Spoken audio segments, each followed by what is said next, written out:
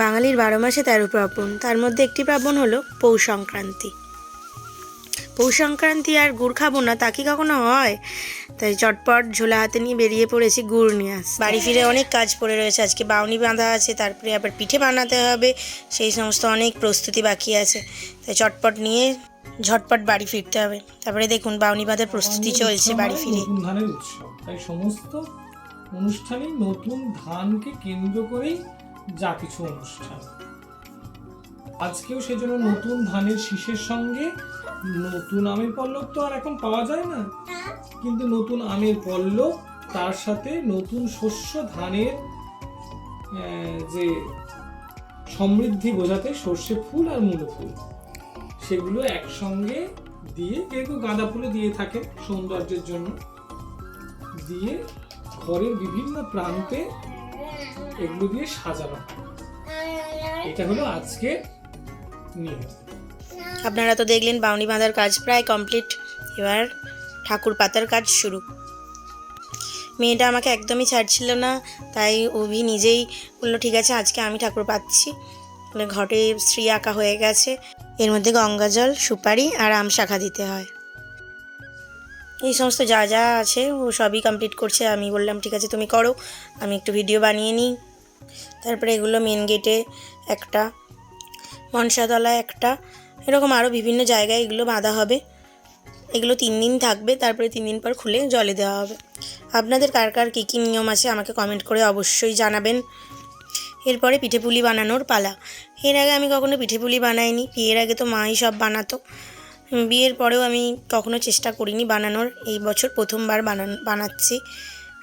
জানি না কীরকম হবে, ভয় ভয় নিয়ে বানিয়েছি। যাই হোক মোটামুটি ভালোই হয়েছে। সরু চাকলিটা উল্টাতে গিয়ে ছিঁড়ে গিয়েছিল, আসলে প্রথমবার তো বুঝতে পারিনি। এই বছর হাতে খড়ি হলো, আগামী বছর নিশ্চয়ই খুব ভালো হবে। প্রথম দিনে বানিয়েছিলাম সরু চাকলি, দ্বিতীয় দিনে বানিয়েছিলাম পাটিসাপটা। মেয়েকে নিয়ে, মেয়ে এত দুষ্টুমি করে, মেয়েকে নিয়ে কিছুই করা সম্ভব না, কীভাবে যে করবো তাই বুঝতে পারছিলাম না। যাই হোক শেষমেশ কমপ্লিট করতে পেরেছি। যদিও আমি একা কিছুই করতে পারি না, অভি আমাকে অনেক সাহায্যই করে, না হলে কিছুই সম্ভব নয় করা। অনেকের পৌষ সংক্রান্তির দিনে পুজো হয়, আমার বাপের বাড়িতেও হয় পৌষ সংক্রান্তির দিনে পুজো হয়, কিন্তু আমার শ্বশুরবাড়ির পুজোটা হয় পয়লা মাঘ মানে আক্ষিণের দিনে। এইবার তৃতীয় দিনের পুজোর পালা। সকাল থেকে পুজোর দিনে এত ব্যস্ততা থাকে যে সেইভাবে ভিডিও করে উঠতেই পারিনি। মেয়েকে সামলানো, মেয়ের খাওয়া দাওয়া, ওর শরীরটাও খারাপ, বারবার ওকে ইনহেলার দেওয়া প্রতি 6 ঘন্টা অন্তর অন্তর, এই সমস্ত এত কাজের মাঝে আর সম্ভব হয়নি। যাই হোক অল্প কিছুটা ভিডিও বানাতে পেরেছিলাম, সেটাই আপনাদেরকে দেখালাম। আমাদের এই পিতলের থালাটার মধ্যেই ঠাকুর পাতা হয়। এখানে আলপনা দিচ্ছে, হাতে একদমই সময় ছিল না, কারণ কিছুক্ষণের মধ্যেই পুরোহিত চলে আসবেন পুজো করার জন্য। আমরা দুজনে মিলে তাড়াতাড়ি পুজোর জোগাড় করছিলাম। এরপর আবার তৃতীয় দিনের পিঠেপুলি বানানোর ব্যবস্থা করতে হবে। আমি ভয়েস দিচ্ছি, পিছন থেকে অভিপ্সা ওর মতো করে ভয়েস দিয়ে যাচ্ছে। পুরো দুপুরটা একটুকু চোখে ঘুম নেই ওর, সর্বক্ষণ দুষ্টুমি আর দুষ্টুমি।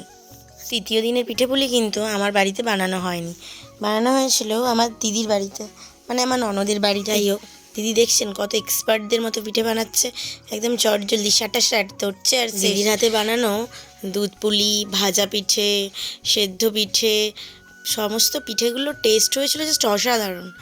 মানে কী বলবো, মনে হচ্ছিলো খেতেই থাকি। এই বছর আমি সরু চাকলি আর পাটিসাপটা এই দুটো পিঠে বানিয়েই ক্ষান্ত হয়ে গেছি।